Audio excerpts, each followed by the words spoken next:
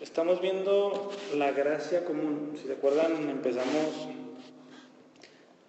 la doctrina de la redención aplicada. Vamos a ver todos los pasos de la salvación y no necesariamente pasos que nosotros hacemos. Vamos a ver que en realidad nosotros participamos en muy pocos de esos pasos, pero siempre se empieza viendo sobre la gracia común para distinguirla muy bien de la gracia que salva. Y eso fue lo que vimos la semana pasada. Distinguimos la gracia común de la gracia salvadora. Y dijimos que la gracia común, ¿qué era? ¿Qué es gracia para empezar? La gracia es un regalo inmerecido. Y si le pusimos gracia común a este concepto, ¿qué es lo que significaba? Que era para todas las personas, creyentes o no creyentes. Esos son favores de Dios para todas las personas. Y empezamos a ver ejemplos de ella. Vimos en la esfera física, en lo material, en lo intelectual, en lo moral, en la creatividad, en las relaciones sociales. Si se acuerdan, vimos el matrimonio, el gobierno, y en la esfera religiosa, de cómo al fin y al cabo todos tenemos un sentido de Dios, a pesar de que muchos lo lleven a una religión. Y hoy vamos a ver unos últimos dos, y vamos a ver que la gracia común y la gracia salvadora se influencian la una y a la otra. ¿Por qué? La gracia común, si se fijan, le beneficia a la iglesia. ¿En qué sentidos?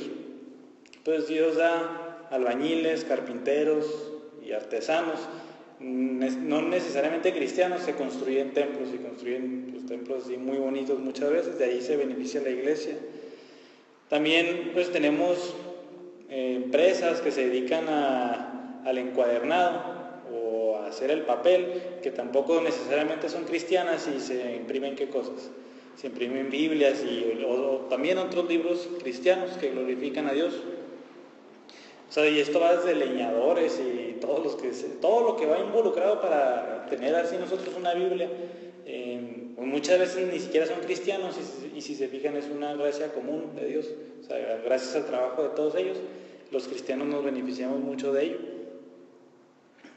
Y al revés de cómo el mundo, los no cristianos se benefician de los cristianos. Vemos, por ejemplo, cuando un cristiano pues es diferente, o sea, cuando un cristiano obedece a Dios, cuando un cristiano lee su palabra, cómo actúa diferente, el incrédulo se empieza a beneficiar de ello. O sea, dice, vaya, es que esa persona es diferente, él sigue a Dios y él hace esto, voy a empezar a imitarlo. O sea, aunque eso ya sabemos que no le resulta en nada de salvación, pero al menos esa persona se beneficia por el ejemplo de un cristiano. Las oraciones que hacen los cristianos de misericordia, o sea, por los pobres, por ciertas actividades, también, o sea, a lo mejor ellos no van a ser cristianos nunca, pero por las oraciones de los cristianos, esas personas reciben alguna bendición.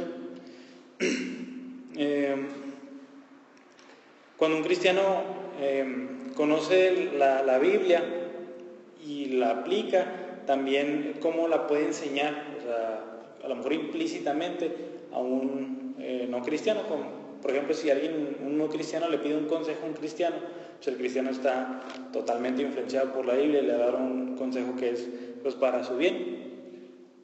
También cuando una sociedad, hablamos un poquito de eso la semana pasada, cuando una sociedad se ve muy influenciada por el cristianismo, pues vemos que hay leyes, costumbres y creencias que empiezan a construir una sociedad más como le agrada a Dios, y es una sociedad mucho más estable, es una sociedad mucho más próspera. Históricamente, cuando el cristianismo influencia mucho a una sociedad, lo que pasa es que, por ejemplo, en Estados Unidos y en Inglaterra hubo la liberación de esclavos, o sea, por personas que decían que la esclavitud estaba mal y todas las prácticas que conllevan la esclavitud estaban mal, tenían influencia cristiana. Por ejemplo, los derechos de las mujeres, como por ejemplo en tiempos del Nuevo Testamento la mujer no podía aprender nada, o sea, eso era la vida de la mujer, o sea, ella no iba a la escuela, pues ella no estaba permitida hacer eso, sino que ella se dedicaba a la casa. Y como vemos en el mismo Nuevo Testamento, cómo las mujeres se dice que tienen que estar en la iglesia para aprender, y se ve cómo las mujeres mayores tienen que instruir a las más jóvenes, y así se le está dando un papel a la mujer que por ejemplo en esos tiempos no se tenía. Y ya sabemos que el valor del hombre y de la mujer es totalmente idéntico. Y esto pues viene de una cosmovisión, de una ideología cristiana. También el progreso científico y tecnológico. Aquí está más raro, o sea, cómo es que hay avances en la ciencia a través pues de la Biblia. Muchos de los más grandes científicos han sido cristianos y ellos dicen, es que hay un Dios, tiene que haber un orden detrás de todo esto, y sí, ciertamente empiezan a encontrar estas fórmulas que gobiernan al universo. Un ejemplo es Isaac Newton, Maxwell, de las leyes del electromagnetismo, etc. Y ellos convencidos de que Dios es un Dios que creó el universo hermoso, tiene que haber un orden, y quiero saber cómo Dios lo ordenó, y es de ahí que ellos obtienen fórmulas.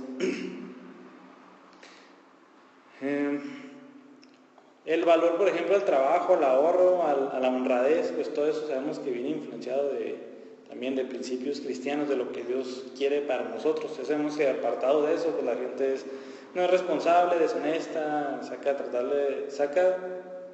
trata de sacar provecho a las demás personas, etc. Pero cuando una sociedad está influenciada por el cristianismo, esto empieza a ser totalmente diferente. Y es esa manera como la gracia común le ayuda a la gracia salvadora, y la gracia salvadora a la gracia común. Y número 8, aquí tenemos que decir que la gracia común no salva a las personas. O sea, a pesar de que Dios le dé muchas cosas a los no creyentes, y a los creyentes, bendiciones, familia, trabajo, paz, tranquilidad, un gobierno estable, o sea, de que un no creyente pueda salir tranquilo a su ciudad y saber que los policías están haciendo su trabajo. A pesar de que Dios dé todas esas bendiciones, esto no lleva a las personas a la fe ni al arrepentimiento. Sabemos que hasta la persona más cómoda, disfrutando de las grandes bendiciones de Dios,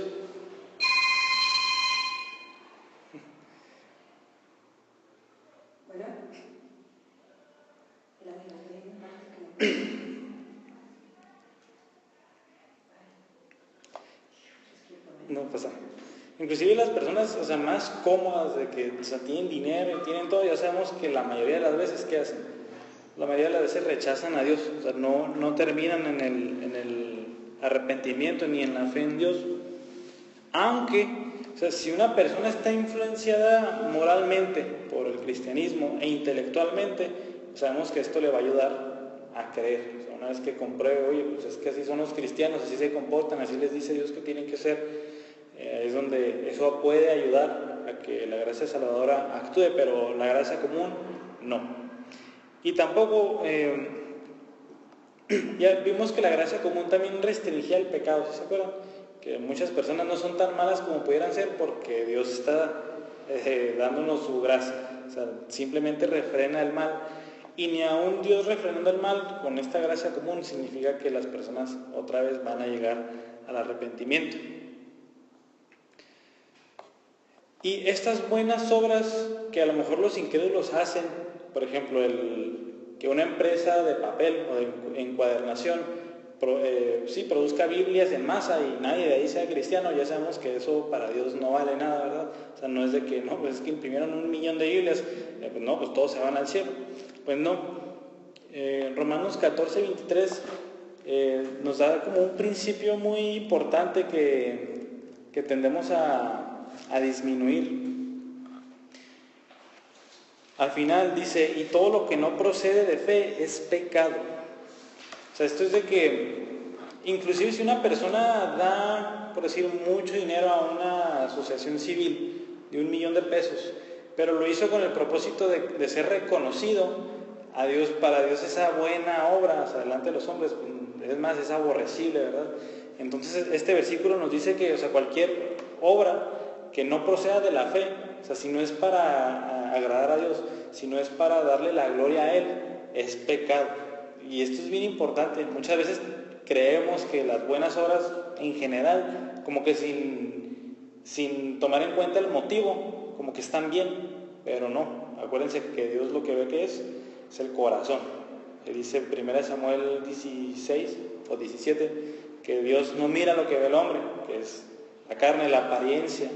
sino que Dios ve el corazón, o sea, ve el motivo. Si lo hiciste para Dios, ¿qué dijo Jesús? Si aún le das un vaso de agua a uno de estos pequeñitos, o sea, en el contexto de ayudar a los demás creyentes o para salvación, te será contado en el reino de los cielos. Y eso es porque es una acción que procede de fe. Y al contrario de estas obras que no proceden de fe. ¿Cuál es el primer y más grande mandamiento? Dijo Jesús. Amar al Señor tu Dios con toda tu fuerza, con toda tu mente, con todo tu ser. Y si algo no se hace amando a Dios con todas nuestras fuerzas, así como dice aquí, simplemente es pecado. Así que, a pesar de que los no creyentes hagan muchas obras buenas, acuérdense que esto no significa que a Dios le agrade, porque pueden tener, y la mayoría de las veces, si no es que todas, tienen otros motivos que el agradar a Dios. Vamos a ver ahora el porqué de la gracia común, o sea, por qué Dios da gracia a todos, o sea, por qué Dios tiene que colmar de bendiciones a todos. Es una buena pregunta. Muchos diríamos, no es necesario, nomás vamos a recibirla. ¿Para qué nos ponemos a preguntar eso? Pero no, es importante ver. Vamos a ver 4 razones. La primera es para redimir a los que van a ser salvos. Aquí en 2 de Pedro 3, versos 9 y 10 dice por qué Dios está refrenando el juicio, o sea, por qué Dios simplemente no hace el juicio ya. O sea, por qué Él se tiene que demorar un día, 2 días, 5 años, 100 años. 2 de Pedro 3, 9 y 10 dice, el Señor no se tarda en cumplir su promesa, según algunos la tienen por tardanza, sino que es paciente para con ustedes, no queriendo que nadie perezca, sino que todos vengan al arrepentimiento. Pero el día del Señor en toda la Biblia es el día del juicio final. El día del Señor vendrá como ladrón, en el cual los cielos pasarán con gran estruendo y los elementos serán destruidos con fuego intenso y la tierra y las obras que hay en ella serán quemadas. Entonces aquí dice Pedro, si Dios no ha ejecutado su juicio ahora, es porque es paciente con los pecadores y quiere que todos los que van a ser salvos sean salvos. Pero después Pedro dice, pero el día del juicio final es seguro, o sea, ese va a venir. ¿Pero por qué tarda? O sea, ¿por qué para nosotros? O sea, ¿por qué desde nuestra perspectiva está tardando? O sea, ¿por qué no se hace ya? Porque Dios está salvando a más personas. De hecho, esto es cierto desde que la humanidad pecó. Si Adán y Eva pecaron, ¿qué tuvo que haber hecho Dios? Matarlos. La paga del pecado es la muerte, o sea, barrerlos. Pero no, ¿qué hizo Dios? Dejó que se reproducieran, dejó que sus hijos tuvieran más hijos. ¿Y por qué Dios no ejecutó su juicio con nadie de ellos? Para salvar a todos los que Él ha elegido. Entonces, esa es una de las razones. O sea, ¿por qué Dios es bueno con la gente? ¿Por qué le permite vivir 100, 80 años sano? Aunque nunca crea. Eso es porque su juicio está en espera. Él está esperando a que todos los que Él ha escogido sean salvos.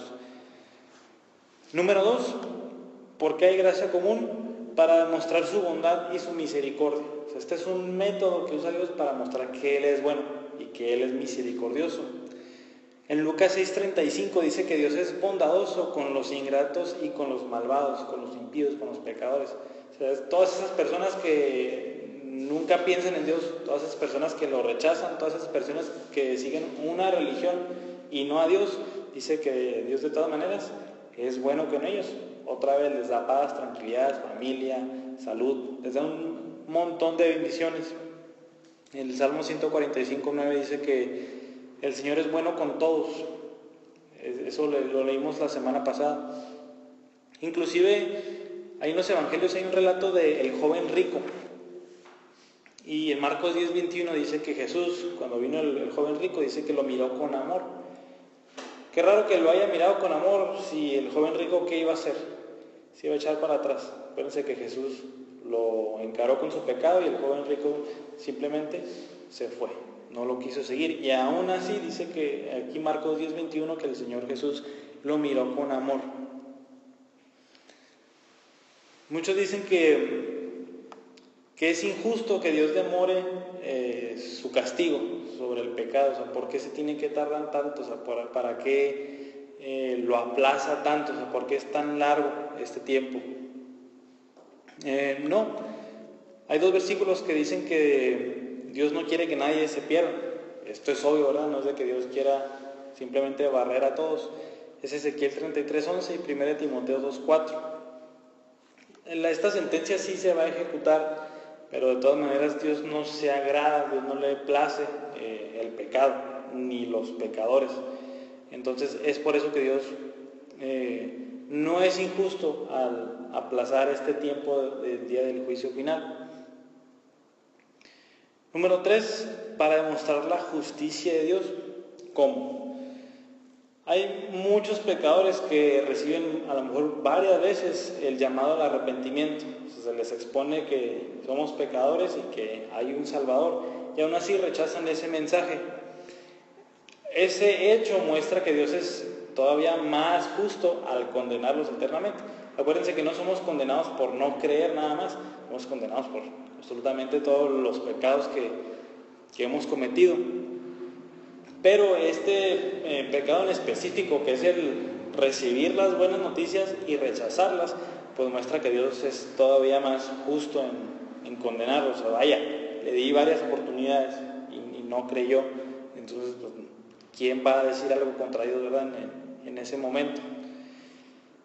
Lo que los incrédulos están haciendo, dice Romanos 2:5, que es acumulando ira para el día de la ira. O sea, poco a poco, mientras el pecador se sigue involucrando en su pecado y no cree en Dios, sigue acumulándose, es acumulable, pues se va aumentando.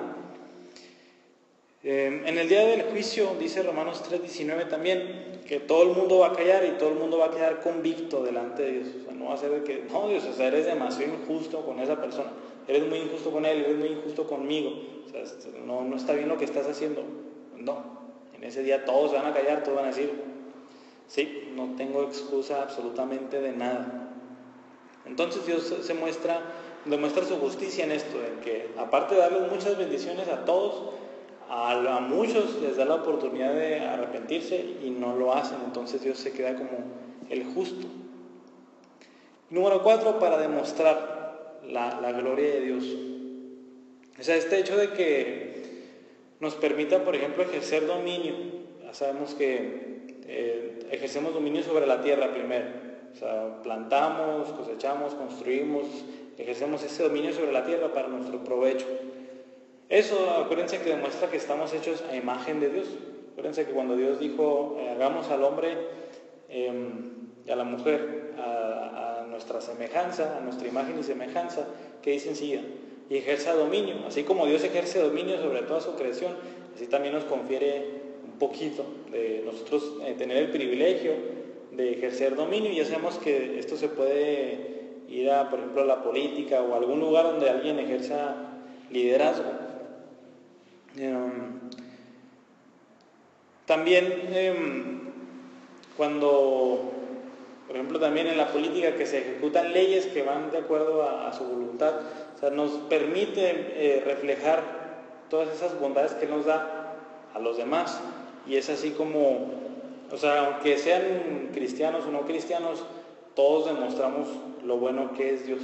Entonces por eso todo resulta para su gloria. Todas estas bendiciones que Dios nos da siempre son para su gloria. Y a pesar de que muchas de estas actividades estén empañadas o sucias por motivos pecaminosos, no dejan de reflejar la gloria de Dios, su excelencia. Ya sabemos que son nada más un reflejo de lo que Él ha depositado en todos nosotros. Por último, vamos a ver nuestra respuesta a esta doctrina de la gracia común. Una vez que ya vimos ejemplos, qué es y el motivo, vamos a ver cómo debemos de responder nosotros. Lo primero que tenemos que entender es que la gracia común no significa que todos los que reciban gracia común se salven. Ya lo vimos poquito, pero es como un poquito diferente. Todos los que reciben gracia común no significa que todos vayan a recibir la gracia salvadora. O sea, sabemos que hay muchas personas muy inteligentes, que eso acuérdense que es gracia común, es un regalo de Dios a esa persona. Hay muchas personas muy adineradas que tienen mucho poder adquisitivo, también es gracia de Dios, Dios se lo está dando. Hay muchas personas con mucha influencia, también no es que ellos sean algo, sino que Dios les da esa influencia.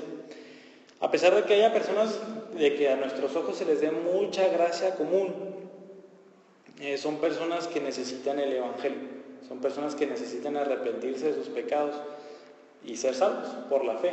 O sea, el hecho de que Dios les dé gracia común, mucha en un sentido o en otro, no significa nada en el ámbito de su salvación. Necesitan escuchar el mensaje del Evangelio. Aún, por ejemplo, nuestros vecinos más amables, esos que, pues vaya, o sea, vive bien su vida, etc. Pues sabemos que tienen mucha necesidad en el ámbito espiritual, necesitan conocer a Dios, necesitan arrepentirse de sus pecados. Acuérdense que la Biblia describe a los pecadores. En Romanos 5:10 les llama enemigos de Dios. O sea, a pesar de que para nuestros ojos pues, estén bien, no necesiten nada, no, son enemigos de Dios. También Colosenses 1:21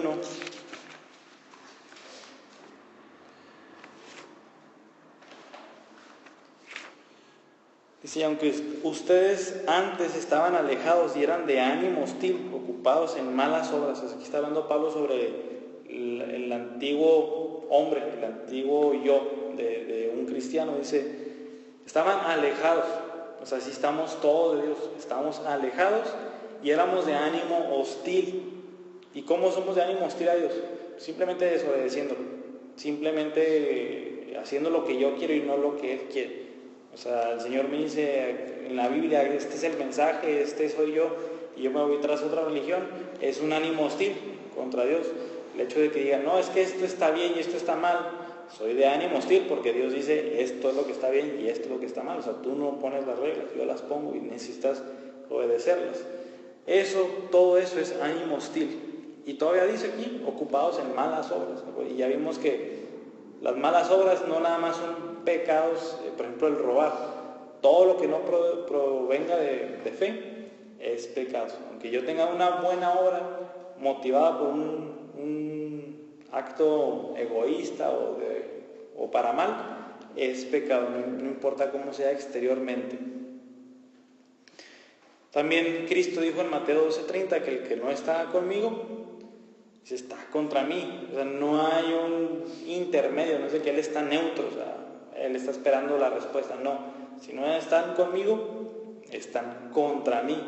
O el que no siembra conmigo, ¿cómo dice? El que no recoge conmigo, desparrama. O sea, no es de que tampoco no estás neutro, o recoges o desparramas. Filipenses 3 del 8 al 9 dice, 18 al 19. Dice, porque muchos andan como les he dicho muchas veces y ahora les digo aún llorando, que son enemigos de la cruz de Cristo, cuyo fin es perdición, cuyo Dios es su apetito y cuya gloria está en su vergüenza, los cuales piensan solo en las cosas terrenales. Esta es otra descripción del pecador, solo está pensando en las cosas terrenales, solo está pensando en qué hace allá, qué hace acá, y pues todo su mundo se vuelve aquí. Acuérdense que cuando se acerca a su fin, ¿qué hace? Pues se van a donde sea, a quien me dé esperanza, a quien me dé todo, porque nada más está viendo las cosas terrenales. Y, no me acuerdo quién lo dice, pero dice, pongan su mente en las cosas de arriba, se me hace que es Pablo, ¿sí? No en las de aquí. O sea, que su mente esté enfocada en Dios, en agradarle, en conocerle, y no en las cosas de aquí, en las cosas terrenales. Y Efesios 2, del 1 al 3, también da esta descripción de un pecador. Dice, y Él les dio vida a ustedes que estaban muertos en sus delitos y pecados. Esa es la primera descripción. Dice, en los cuales anduvieron en otro tiempo según la corriente de este mundo, conforme al príncipe de la potestad del aire, el espíritu que opera en los hijos de desobediencia. Esa es otra, hijos de desobediencia. Entre los cuales también todos nosotros en otro tiempo vivíamos en las pasiones de nuestra carne. Esa es otra. O sea, nada más vivimos para satisfacernos, lo que me haga feliz, o sea, sin importar lo que piense Dios, sin importar lo que piense la otra persona, que a lo mejor le hago daño, con tal de satisfacer mis pasiones. Satisfaciendo los deseos de la carne y de la mente. O sea, no nada más es mis deseos instintivos, hambre, sed, sexo, lo que sea. No, también los de la mente. O sea, cualquier cosa que empiece a maquinar en la mente, y hacemos que el pecador hace lo posible. Nosotros hacemos lo posible para tratar de obtenerla sin importar nada. Y al último dice, y éramos por naturaleza hijos de ira, lo mismo que los demás. Hijos de ira, ¿por qué? hijos de desobediencia, personas que nada más piensan en las cosas de la carne, son hijos de ira. Eso es lo que van a heredar. Y todo esto entonces, ¿para qué fue? Para entender que a una persona que recibe mucha gracia común necesita escuchar el Evangelio. La Biblia lo escribe alejado de Dios y nosotros como cristianos necesitamos presentarles el mensaje de reconciliación en Cristo. Número 2, tenemos que tener mucho cuidado en no rechazar las buenas obras de los pecadores como malas. O sea, a pesar de que hemos visto que todo lo que procede, todo lo que procede de fe, no todo lo que procede de fe es pecado, no significa que absolutamente todas las obras, buenas obras de los pecadores sean muy malas o malas, o que no las tomemos en cuenta para nada. Acuérdense que las buenas obras de los no creyentes también son gracia común de Dios. O sea, otra vez, si un no creyente me ayudó con 100 pesos para algo, yo sé que no procede de fe, y no por eso lo estoy condenando, le voy a decir, no, toma, es que no procede de fe. No, o sea, por supuesto que no. O sea, a lo mejor él es un medio para hacer gracia común para mí, y no por eso entonces yo lo voy a condenar. No es que no procede de fe, no es que no lo haces para agradar a Dios, no quiero nada de ti. No, ahí es donde tenemos que tener el cuidado, o sea, el balance. O sea, no es totalmente malo. Aquí podemos ver la mano de Dios, o sea, obrando en tanto pecadores como en cristianos. O sea, aún inclusive nuestras amistades, el amor que pueden tener los no creyentes, o sea, con nosotros tampoco es de que no, es que no es cierto. O sea, no es cierto tu amistad, no es cierto tu amor por mí. No, o sea, sí hay obviamente amor ahí. Ahí es donde tenemos que tener otra vez ese cuidado de no satanizar todas las buenas obras de los no creyentes. Hay que tener siempre un balance. Y por último, número 3, esta doctrina de la gracia común siempre nos debe de ayudar a ser mucho más agradecidos con Dios. O sea, esta doctrina nos está enseñando que pues, todas las bendiciones que vemos a nuestro alrededor, acuérdense que vimos que hasta entrar a nuestra casa y ver tecnología es un don de Dios, o sea, no lo merecemos, Él nos está regalando la posibilidad de tener todo eso. Nos debe de ayudar a ser mucho más agradecidos con Dios. O sea, si vemos casas, jardines, cuando vamos de vacaciones y está un paisaje hermoso, sabemos que es pues, obra de Dios. Cuando vemos que cada vez la tecnología va avanzando, cada vez podemos hacer más cosas. Cuando vivimos protegidos por el gobierno, o sea, que a pesar de que nos quejemos de él, es relativamente bueno. O sea, vaya, puedo salir ahorita, ir a cenar, no estoy en peligro de nada. O sea, sé que a lo mejor hay policías que cuidan, es una sociedad estable, etcétera, etcétera. O sea, hay leyes que me ayudan si me roban, hay leyes que me ayudan. O sea, eso es vivir en paz y es vivir en armonía. Y al contemplar todo eso deberíamos de darle gracias a Dios, porque su gracia común nos ha invadido de plano. Y hablando, por ejemplo, aquí en México, pues estamos muy privilegiados. Hay sociedades donde no se practican los mismos principios que son relativamente bíblicos.